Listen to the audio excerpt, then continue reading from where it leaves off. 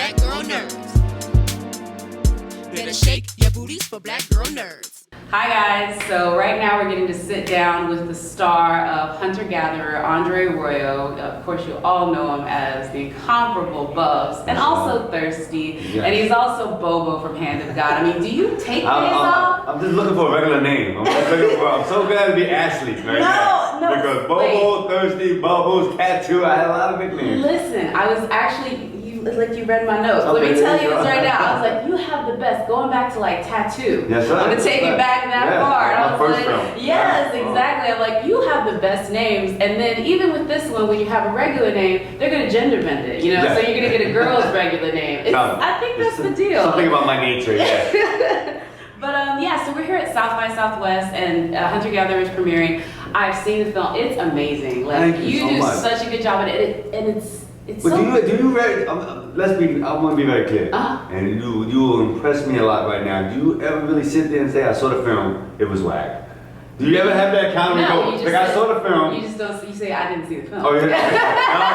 So now the next interview, somebody goes, listen, I didn't see the film. You saw it. Or they don't even mention it at all. Like if they don't mention, and maybe they didn't see it, but come on, it's press. Like we can, you know what I'm saying? But isn't press supposed to be the facts? Well, this is the thing. When you are doing this thing, sometimes it's like, hey, if you're involved in something else, but we still want to sit down with you, know how it is. How many times people ask me about The Wire? Show's been off for 8 years. You know, the amazing thing about that always blew my mind, because as an actor, you kind of wait for somebody to be like, yeah, I saw it. It wasn't all that.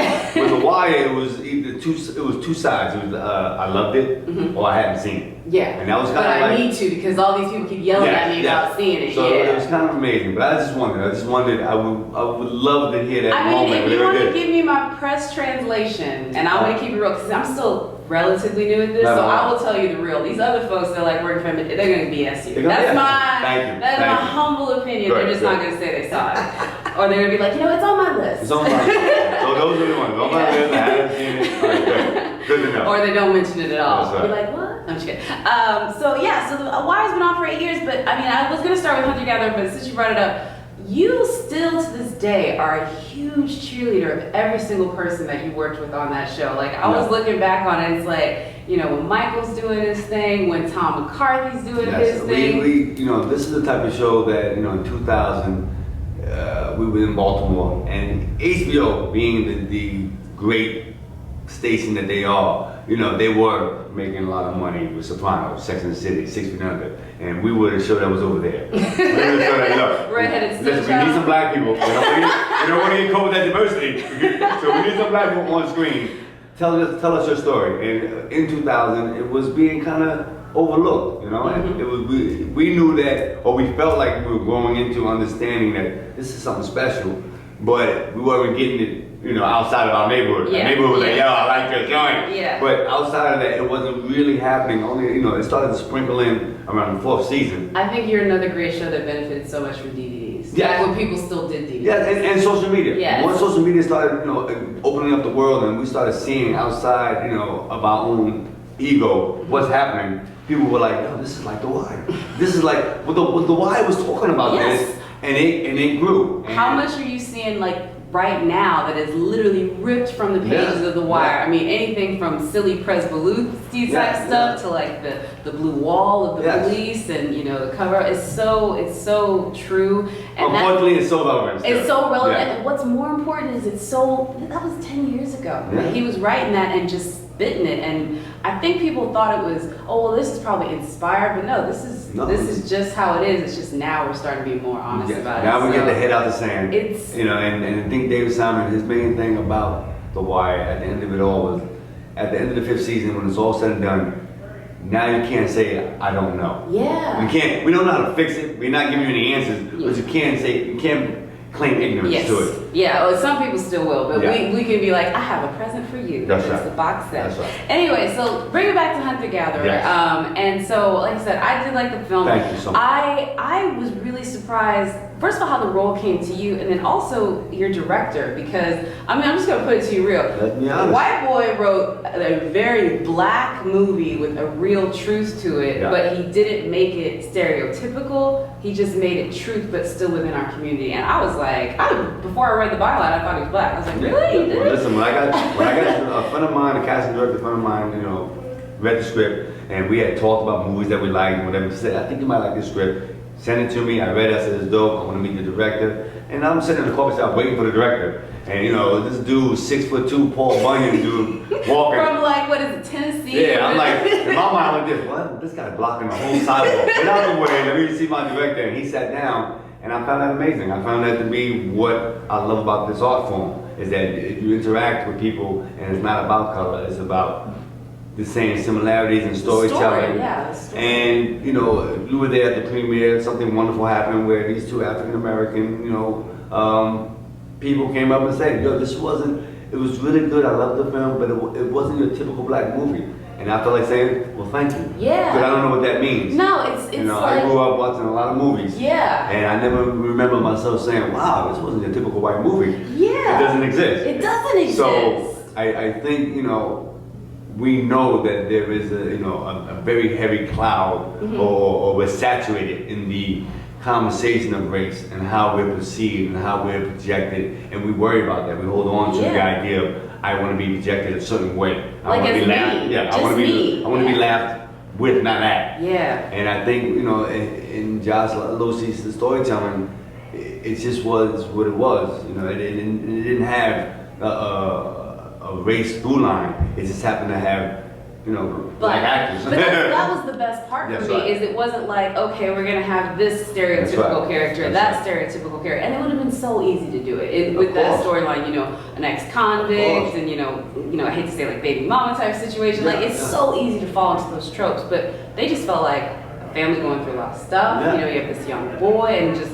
it was about the relationships, and I feel that this movie is the perfect movie. When I tell people, see, sometimes they say, you know, about casting, when we talk about Oscars so white, this is a perfect example of that, because you can write those same words on that page for an Asian family, for a Latino family. It doesn't have to be that, or a white family, and that's the way most scripts come. That's the way they come, and the fear is in Hollywood or in studio creators is they're so beholden to the ignorance of how they feel the audience is going to respond, that they say, I can't do this, or they won't come unless I have this cast. And then Creed goes and makes $1 million, you know, like, and then, you know, Straight Outta Compton is one of the biggest movies last year. So hopefully they're going to get it through that. Well, I mean, let's be very clear. I want to celebrate the concept that, you know, a lot of African American storytelling is being greenlit. But, you know, at the same token, you know, it's always that slippery slope where they realize now that, you know, I guess,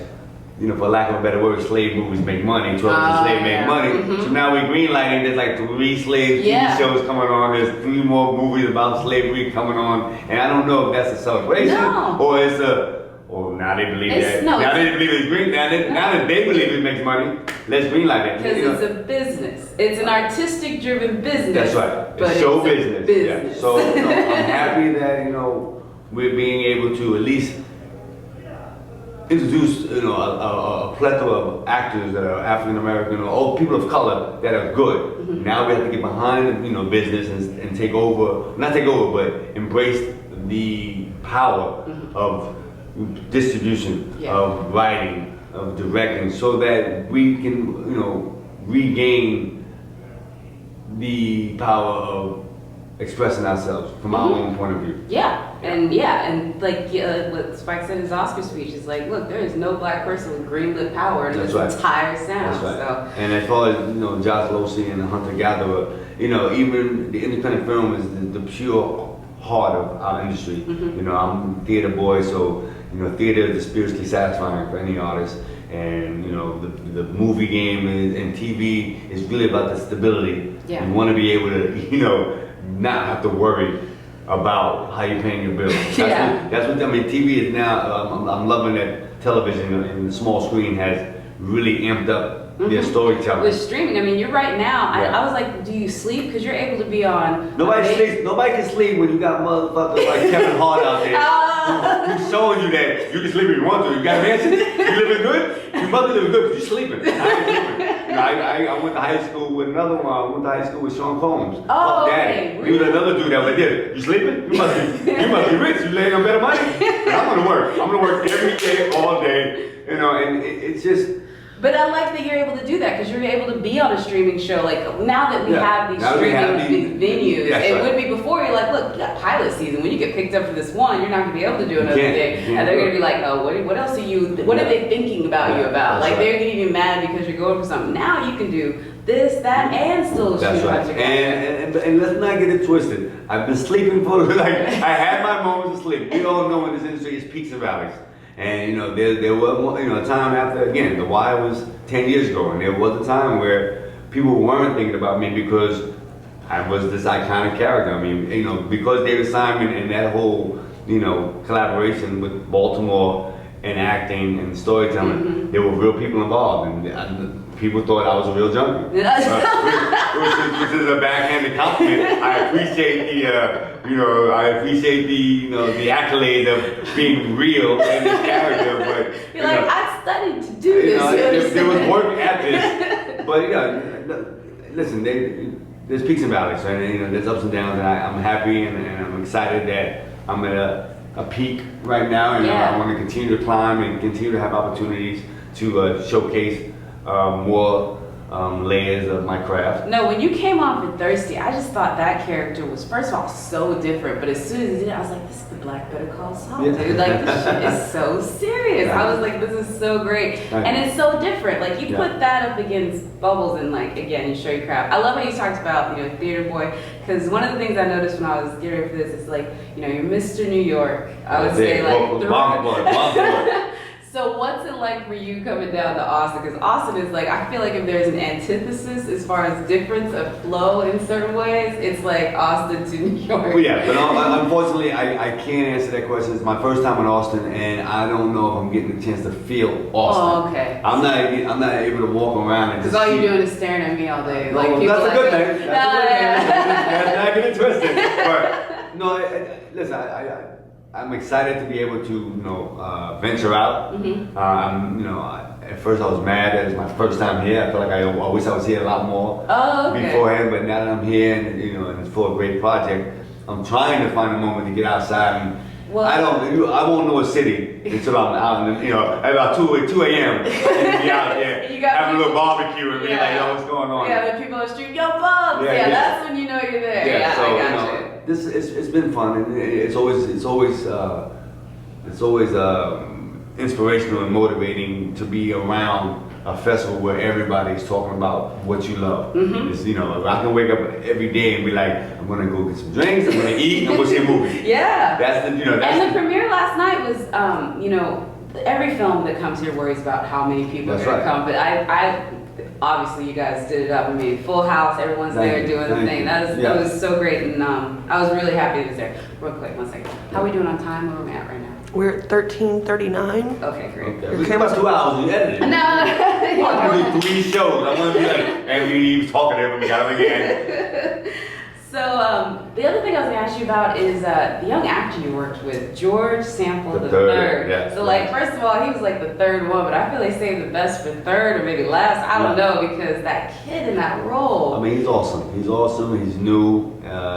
We found him, or the director, Josh, saw a movie last year called Croners. Oh, okay. That was at Sundance, and he was the lead. Yeah, okay. And that was his first movie. I was like looking on his IMDb page. I have not seen that movie. I knew it was at Sundance. That's right. I mean, I wasn't lucky enough to go to Sundance, but you know what I mean. But the heat. Yeah. South by Southwest is a little warmer out here. Yes. You know this. Yeah. But I was like, I thought he was coming pretty much out of nowhere. I was like, I did not know that was, you know, his first vehicle for that one. Yeah. And it's the second film, and you know, there was something about him and just his essence that we don't very rarely see. Yeah, his you know? face, like, just whatever. It's like what you talk. I heard you talking Wednesday where he's like, you know, everyone told me when I was coming up in theater, you have presence. Yeah. You can work on the rest. You can learn everything else. Yeah. And you can't be taught. And there's certain moments I'm working with George, and even in the scene, you know, I'm so used to working with certain type of characters. There's a certain ego. There's a certain, like, I'll bring it too. that you kind of can feel it. Uh-huh. And with George, I was like this, I don't know what's happening. Like, I don't know what's he doing. And then I would go to Video Village and look at the camera like, oh, he's doing all that. Like, oh, But- all that is coming across, you know. Yeah. And, you know, I was really, really, you know, in a just a sincere way, I was jealous of the newness. Like, I remember my first movie. I remember my first time. We always remember our first time. But, you know, and that was, you know, that was incredible to be able to share that with him. And he's looking at me like, I'm working with, like, the first time we had a table read, he was like, yo, I was in St. Louis, you know, just like doing laundry, and now I'm working with Mr. Andre Royo. Yeah. And I'm like, am I that guy now? Wait a minute. I remember saying that with Sam Jackson. I remember saying like, am I that guy now? And that, I mean, that just Well, made you me, are. I mean, there's names in cinema. There's definitely names in black cinema, and I yeah, thought it was incredible. And then I also felt like, okay, well, this is a responsibility that we're gonna, you know, this is something that we're doing together. It won't work unless we both, you know, hold each other accountable and be there for each other. Yeah, and that relationship, again, this is gonna be another one where people are gonna be like, is that your real son? And they, you know, they're gonna be coming into that, because that's the thing. His casting was brilliant because, no offense, you can choose some scenery. Let's be honest. Right. You know, there's like, I don't know what that meant right there. you Okay, are someone that people want to focus in on. Yeah. So to cast a kid that is able to come up to That's you right. and be able to still hold those scenes, I again, both of you did an amazing job, Thank but I you. was really impressed that he's able to keep up with you. Yeah, I mean, yeah. that's just for lack of a better word. So, so Black Girl Nerds, we're a site. Let's put it real quick. So Black Girl Nerds is a site for women of color that embrace all things geek. So we do comic books, we do gaming, we do I'm all just so of- happy. I'm an old man. I'm so happy that geek and nerd is a compliment now. See, I grew up with nerd. It was a slap on the back, it was a kick in the ass, you know. Yeah, no, Now geek and nerd's like, what? Yeah. Like we want this. You need to learn how to do it now. They have inherited the earth. Yes. So, congratulations. So one of the things I like to ask every single person I interview is, what is your super secret geeky behavior? So what is this thing that you're like, I geek out on? Some people it's independent film. I interviewed someone yesterday and she is like, she will go see the most obscure independent film. Any Yeah. film festival she goes to, Yeah. she will make sure she sees every film. If she can't catch it live, she will get a screener for it later. Okay. Yeah, like she's that about her. So you don't want it to be a secret anymore. That's just saying. Yeah, It's super secret, but now you want me to expose yeah, to the world. to the world. Okay, you know what? I feel like I've grown a lot, and like I said before, you know, I grew up in a time where it wasn't cool to be smart. Like you were dead, like you got 100 on your test, you kind of like closed it up and lied. Like, I failed too. What up? Fuck school, ha! You know. And Keeping it real. I have a daughter now, and I'm watching a generation that really embraces being smart. Like social media has, you know, opened up a world where they can find information. I don't know if they know what it means to know and have that knowledge. They're losing that, you know, that conversation. But at least they're engaged in learning. And I guess the one thing I never did before, I thought it was really retarded and stupid, but now I'm geeked out on going, is museums. Oh yeah. Like I used to go to You museums. get that bug when you start doing it. Yo, I used to go to museum with my lady or whomever and be like this, okay, I'm gonna sit right here. Go ahead, walk around. Walk around, oh my God, man, you're really gonna stand there and look at that blank canvas? Like, it's ridiculous. But now I find myself, you know, excited to go and just see what I'm gonna feel, see what's gonna draw me. I like what's how you not. said that. See what you're gonna feel like. You're ready for it to bring you. Yeah, because you feel it. Yeah. If you walk in just to use one part of your sensory, like the eyes, it's boring. Because you're like this. I don't get it. What's that? I did that. That's retarded. Well, that's big. That must be art, you know. But when you use everything, when you walk in and say, okay, what's gonna draw me? You don't really look at art. Art looks at you, and it draws your attention. And I'm geeked out on that right now. Every city in Chicago, I go to the museums and I just, you know, put on some headphones sometimes, or I just, you know, try to find a way where I put on headphones that are not plugged. I'm giving it away. I put on headphones that are not plugged into anything because Now everybody's gonna know. I know, because it gives me a certain barrier that people won't really come up because they're like, oh, he can't hear us, you know. And it allows me to just walk around a little bit. Yeah. You know. Because how much do you get stopped here? I get stopped. Yeah. I mean, you know, and it's kind of weird. I mean, now I'm getting stopped more for thirsty. Oh, yes. Which is cool Yes. because Bubbles, I was just wondering, like, I took a shower. Do I look like Bubbles right now? No. I got my teeth cut. No, but you know, I get stopped and again with some. Thirsty is, I mean, Empire's big. Empire's huge. Yeah. Empire's huge. I mean, The Wire, all 5 seasons, never had 26 million people. No, You know, how does that feel? Like, I mean, it's different. It's a different energy. It's exciting, and I always feel like, you know, it's hard to compare. There is no real comparison as far as what they were. I mean, The Wire and Empire, but there is a comparison as far as how they're impactful. The Wire was something that was really trying to educate and inspire people to do something, right? And Empire that's is a black telenovela. it's celebrating that we are something. Yes, You know what I mean? We've impacted and infiltrated American culture Yeah. to an undeniable sensibility. And if you have Dynasty in Dallas and Palace West, this is all. we have Empire. Thank you. We have I was Empire, like- and you know you're gonna watch it, and it really embodies what hip hop is as far as the glitz, the glam. Hey, listen, Puff Dallas Daddy- was about the oil. We That's were it. about, you know, So- beats. So it's amazing to see, you know, both of those spectrums being reached with the small screen. And you were involved in And I'm involved in both. Wow. Holla at your boy! And on that note, I will say, it's really a pleasure to geek out with you. Yes, thank you. Well, I will say real quick though, where can folks find you online? Oh, yeah, another scene. I need help with that. You know, it was so fun. I went in an audition, right? It was like maybe about 3 years ago. I went in an audition, and the people were like, "Oh my God, I love your work. It's so great. We're so happy to have you here. How many followers do you have?" And I was like this. What? Are they I behind? came by myself. What do you mean? I'm like, follow me. I hate when that happens. Man. You know. So I know now. I was taught Yes. that, you know. You tweet now. I know. I was taught that it was necessary. It's a Yes. necessary evil. It's part of the P&A. It's part of, you know, understanding your reach to your audience, and this is your audience. If you don't grow with your audience. And I mean, do you enjoy it? I do enjoy it, but I had to learn to enjoy it. Okay. Like the first time I tweeted something like, "Yo, me and the family going to Alaska," my lady was like, "Oh, now they know we're not home." You just fucked up, and we about to get robbed. I'm like, "Oh wait a minute." So I You had to learn the ins and outs. So you know, I'm on Twitter, but I'm not on Instagram yet because I just don't have time. You know, I have a great memory. I don't want to sit and take pictures. No, I'm not of that life yet. I will say we're a big social media site, and like I was talking the other day, like I'm getting older, and I was like, there's something new. Like, can I just stick with these 5? And like every week, it's like we got a new thing. And, you know, again. And now I'm like, feel like I'm the old person where it's like, oh no, I'm on social media, but only these ones. Only these Y'all, ones. you young kids Come can on, go man. deal The with Vine, that. the GIF, the Snapchat. I'm like this. I can't take it. I can't take it anymore. No more MySpace. What happened to MySpace? Oh, This is just Timberlake buying MySpace. I thought you were gonna bring that shit back. What happened? So yes, I'm on Twitter, Andre Royo. I'm on Facebook. But that's it for right now. Other than that, come see me in the streets, man. yeah, and check out huntergatherer.com, huntergathererfilm.com, and Yes. they're also huntergatherer on Twitter. So thank you guys for watching. Thank you. Thank you so for much. hanging out with us. I appreciate it. All right.